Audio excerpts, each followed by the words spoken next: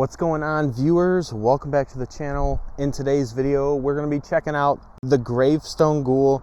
You can tell how enthused I am by this one because of how much dust has been collected on the box from sitting in my basement for the past month after purchasing it. Yeah, he's not necessarily a showstopper, is he?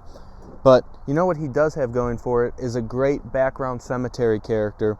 Now, if anyone out there ever listens to what I say, I am an absolute sucker for these tiny background graveyard animatronics, especially the old ones from back in the day when Techie Toys, now Techie Design, manufactured a whole bunch of them. But this is a nice callback to those days. It's a little basic, and what he does is just like throw ashes around, but it's something nonetheless.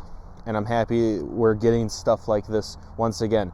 Last year was like the Grave Watcher remake, and then this one, the GraveSTONE Ghoul, and it's cool. So without further ado, let's check them out here. Now the box is pretty generic, nothing too special going on, and he's got a story, which I guess all the props do nowadays, and I'm not going to read it because that's just me. Retailed for $180 this year, and at the point of filming this video, I've still seen them around in stores. So if you want to go out and grab one, you could probably go and find one at your local Spirit Halloween, or you could probably even order him online. I feel like he's not that such of a demanding character, but if you want him, he's probably out there. But just opening the box here, it's a pretty tiny box, which is nice. It's always nice to have a good storage space friendly box. But everything is pretty nicely packed in here. It's pretty tight, not a lot of wasted space. So let's just start pulling things out here. So here is his instructions, which are nice. Again, high print quality, very standard for Spirit Halloween at this point. You've got his, what I'm assuming to be the head right in here, and it sure is. Here is the head. It's actually pretty tiny. Here's my hand, and you can see how just my hand basically covers the most part of his face, but it's pretty nice. It's nothing too detailed. It's got enough, you know, it's pretty good. And it's got a loose jaw where it just, I think the intention was that when it was like doing this, the jaw would move around kind of like the twitching banshee, but I don't think it achieves that as well. I'm not sure, we'll have to see it in action. You've got some clothing here, and here's something that's going for him. He's an outdoor rated prop, so you should be able to leave him up throughout the month of October, unless you live where I live and you get 100-mile-per-hour wind gusts. He would just blow away. Here you have his tombstone, and I like it. It's a blow-molded tombstone, kind of like what Home Depot does. It's a good size. It's not too large, but it gets the point across, I think. And it says, "In memory of our dear friend, GraveSTONE Ghoul." A couple more things in the box. You've got an arm. It's like very similar to what Barry is. This is like Barry behind the tombstone. And the hands are blow molded. There's no latex on this piece. Oh, that just fell off. This is supposed to stay there. But there's one hand. The other hand's just chilling right here. And I know I like to shoot the boxes, how I pull everything out in case when it comes time to store it away at the end of the year. It's pretty easy to put away if you just watch one of these videos backwards. This all comes out as one, it looks like. I'm just going to pull this all out, see what's in here. You've got the base, which is a pretty interesting looking base. It almost looks like it's just cut in half for like a larger piece. That's funny. You get some ground stakes, which are nice. Again, going for the idea that this is an outdoor rated prop, so you have to stake him down for him to be able to sit out in the lawn for a long period of time. You've got the main mechanism. It looks very similar to that of like the twitching banshee, but then you've got these watertight plugs, which is what they're going for. They snap together, and the intention is to prevent water from getting in there. And my adapter already just fell out of the box, but it comes in this white box adapter inside, but it's a very different adapter from what normally comes in Spirit animatronic. I'm assuming again it's for the fact that this is outdoor rated. But that's that, and then there's one more thing in here. Well, two more things, right? They got a hip loop and the main control box with shoulder mount. But that's everything, so let's set him up. So now let's turn this pile of parts into something of use. This is an SVI item, I believe.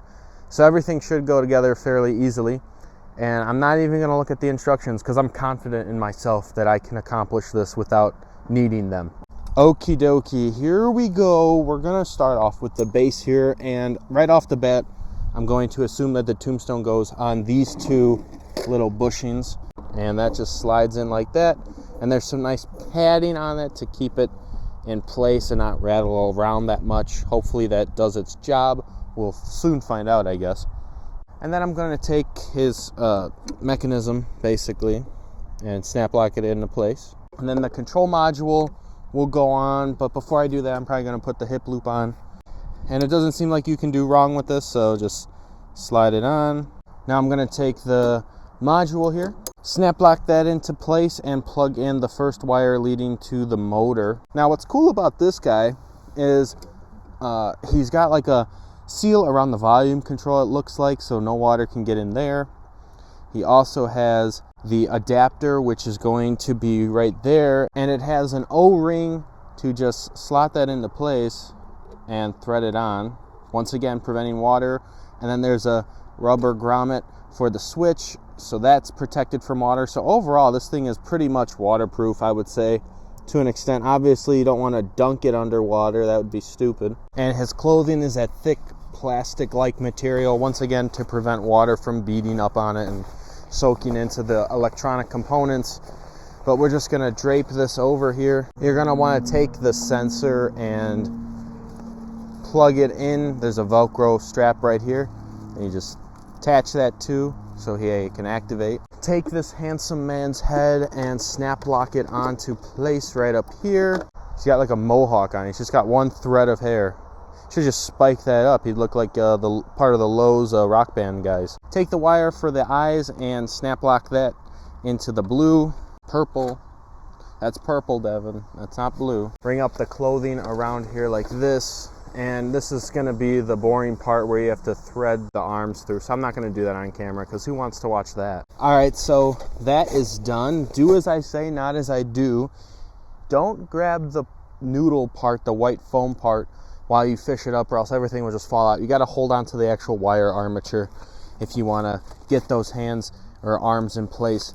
Now I want to show you how they snap the hands into the tombstone.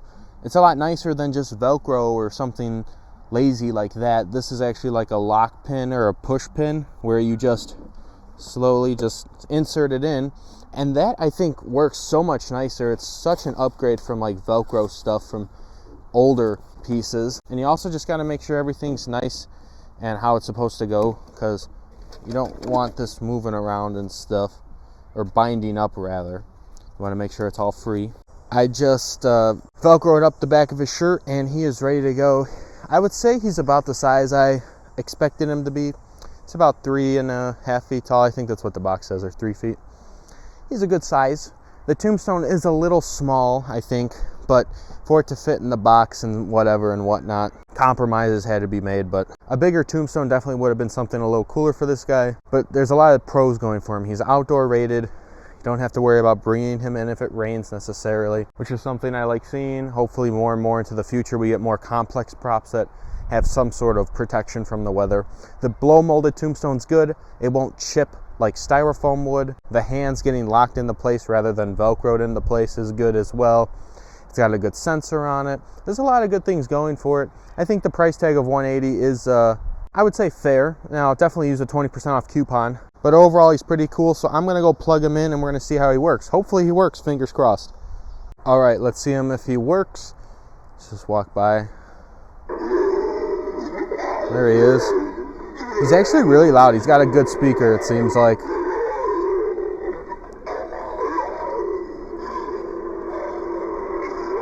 And he's got a twitching motion. It's not just a constant motor spin. I didn't realize that. I think his activation could be a little longer. I wonder if he has constant mode. I'm going to go check. Let's just see. Be quiet. Be quiet. All right, so now he's on constant on mode.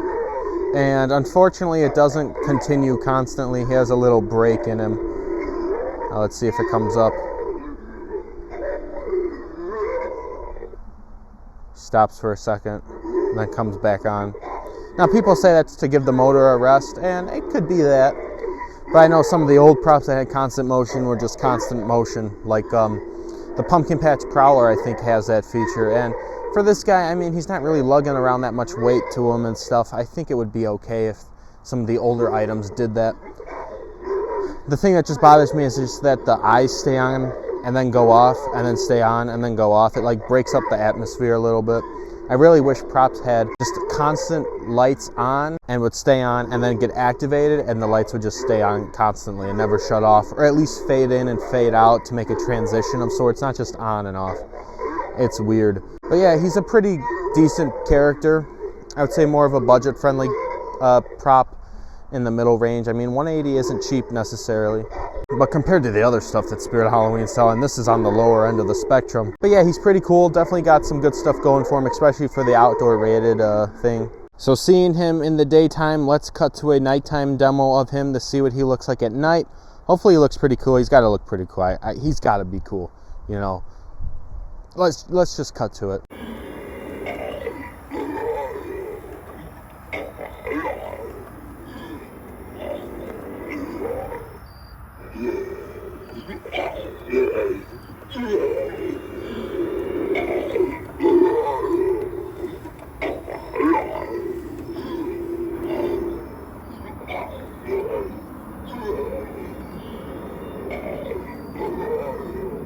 So there is the GraveSTONE Ghoul from Spirit Halloween 2024. He is a good piece. Definitely a good budget animatronic, like I said before. Not necessarily a great character. He's pretty generic. He's like Barry, you know, somewhat forgettable in the coming years. He's probably one of the least anticipated props from the year, I would gotta say, but he's a pretty reliable piece, you know. He should last a long time. I bet you he'd outlast many of the characters that Spirit Halloween output this year. It's just very generic. It's one motor going for him. He's got a lot of added motion just off the one motor, like the tombstone rocks a little bit, the jaw moves, the head tilts. There's a lot of stuff going on off of just one motor, which is always good to see. People say it's lazy. I don't think that's lazy. I think that's ingenuity. That's smart. It brings the costs down while making it seem more than what it actually is. So that's actually a pro in my book. But yeah, overall, pretty happy to have found him. He's probably going to hang out in this cemetery area over here once this is all put together, because I got a lot of older stuff in the front and some of the back needs some attention too. So he'll probably be back here somewhere, build some aesthetic for a graveyard, and hopefully it works out well. But that's all I have for you today, so I want to thank you all so much for watching this video of the GraveSTONE Ghoul, and I will see you all in the next video.